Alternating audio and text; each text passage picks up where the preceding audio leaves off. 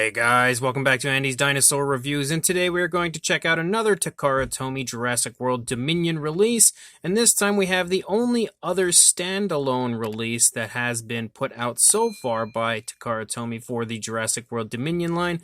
We've got ourselves the Quetzalcoatlus, and this is actually the second Quetzalcoatlus that has been introduced to the Takara Tomy line. There was one prior, but it wasn't, any type of a Jurassic World figure, and I do have a review filmed of that set that includes that Quetzalcoatlus. I really need to get up here on the channel sometime soon, but this one looks pretty neat. It's not as nice as I was honestly expecting it to be, but it also isn't terrible, and it fairly decently resembles the Quetzalcoatlus from Jurassic World Dominion, but I will say that looking at it here, so far I'd say this is probably my least favorite out of all of the newer Jurassic World Dominion Takara Tomy figures. Maybe the Atrociraptors might be around the same area as far as my favorites go with this one. I'm not too sure, but what we're going to do is jump straight to a closer look at it right now, and we'll see how decent the figure is from there. So starting up here at the head sculpt of our Quetzalcoatlus, you can see that it is sculpted with its mouth closed. The jaw is not articulated, so we can't open that up to take a look at it or anything.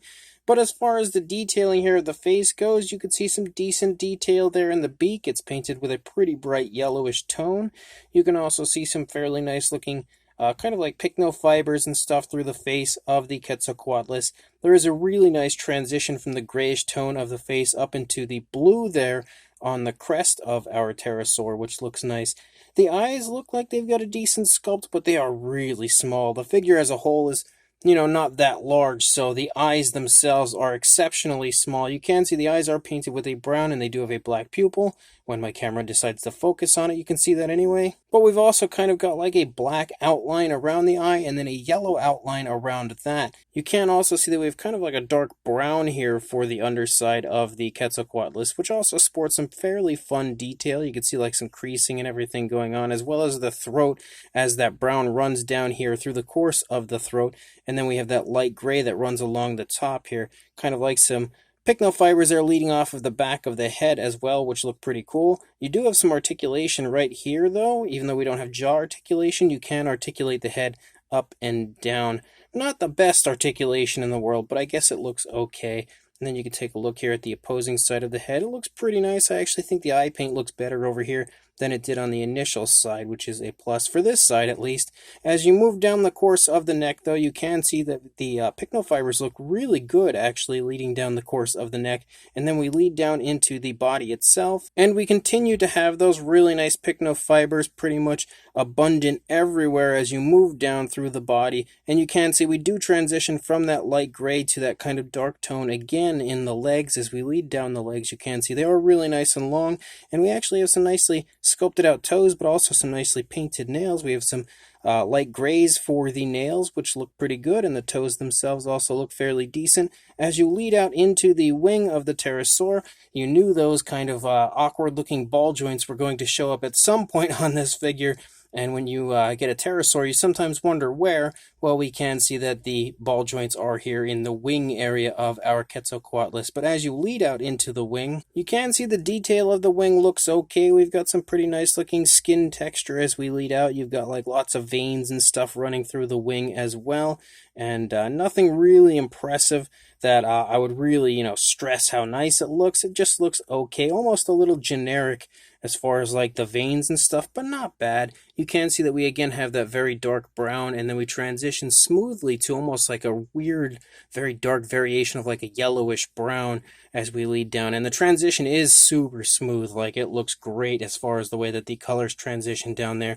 And you can also see that the hands do have some nicely sculpted fingers, but also some nicely painted nails yet again with that grayish tone. The underside to the wings looks pretty much exactly the same as far as what we had seen detail-wise and coloration-wise. The same again as what we had seen on the upper side. You can see that over here as well, which we didn't really look at this side over here, but you can see again. It's all pretty precise, looks fairly decent. Same deal as far as the coloration goes here for the underside, except you can see that as we lead down with that brownish throat right there, we again pick up the gray here in the chest region, which you can see some nice muscle definition and stuff kind of like there in the chest. But you lead very quickly back to that kind of dark brown in the lower part of the stomach leading down into the legs. And you can again see the feet and everything look fairly decent. Again, we only have the articulation here, and then you do have the articulation in the wings.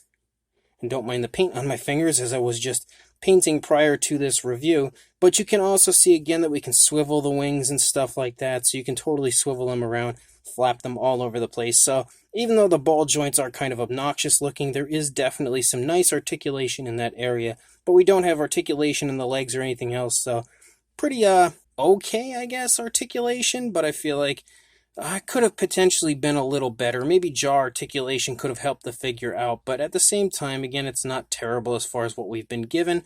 I kind of like the fact that it's in a flying pose, but I'm a little sad that I can't put it into a standing pose. But the previously released Quetzalcoatlus from Takara Tomy actually was in a standing pose, so we'll take a look at those two together here in a moment. But it's not the best Takara Tomy Jurassic World release, but it might be the worst. Honestly, I'm not too sure. It's kind of a toss-up between this and the Atrociraptors. Now, the figure is quite small, and again, being a Takara Tomy figure, you would expect that. Lengthwise for the wingspan, you were looking at a little bit over 7 inches, approaching 7¼ inches, or around the 18.5 centimeter range.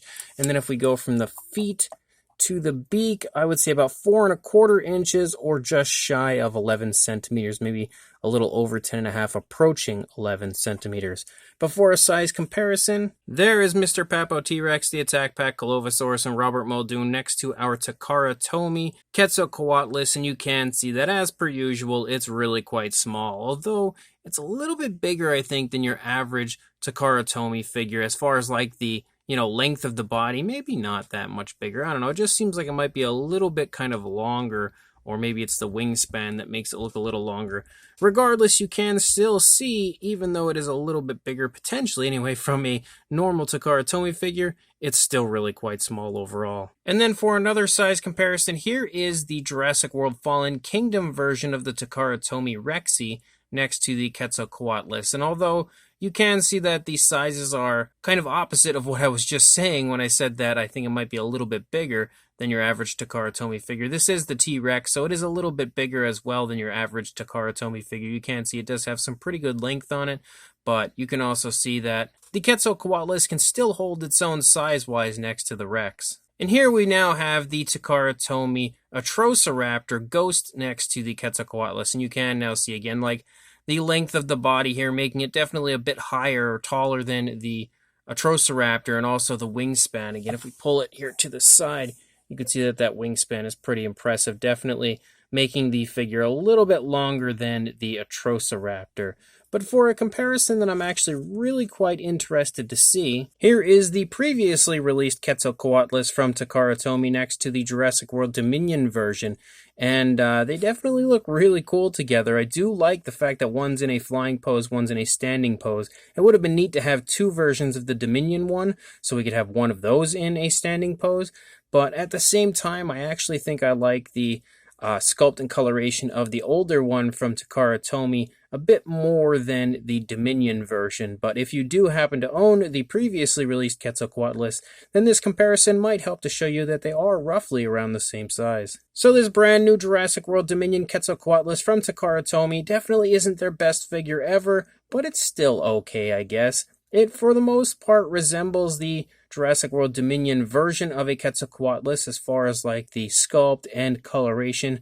Not perfectly, but I think they've basically got the gist of it, and it doesn't look bad by any means. It's still a pretty nice looking sculpt, definitely very highly detailed. The ball joints in the wings aren't quite as obnoxious as they probably are most times when it comes to the tails and stuff of the different dinosaurs out there, because the wings, you always expect some form of like an articulated area for stuff like this and like the Mattel line and stuff like that. So you usually have at least a seam or something, and the ball joint, I just feel like, doesn't look quite as obnoxious here on the Quetzalcoatlus as it does other times on the dinosaurs and stuff like that. The paint application is fairly nice looking. Again, it's not highly detailed, but it's good enough, again, for what it is. And most of the paint application is actually really quite nice and very precisely applied. The only area of sloppiness would be just a tiny, tiny hint of it on the right eye, and that's really about it. I think the Paintwork elsewhere looks really good. We've got painted nails and everything, really smooth transitions as far as like the different color changes, and overall definitely has a very nice visually appealing look to it. The articulation is okay, but I think that's kind of one of the areas where the figure falls a little flat because the neck articulation is just like really weird and random and doesn't work that great.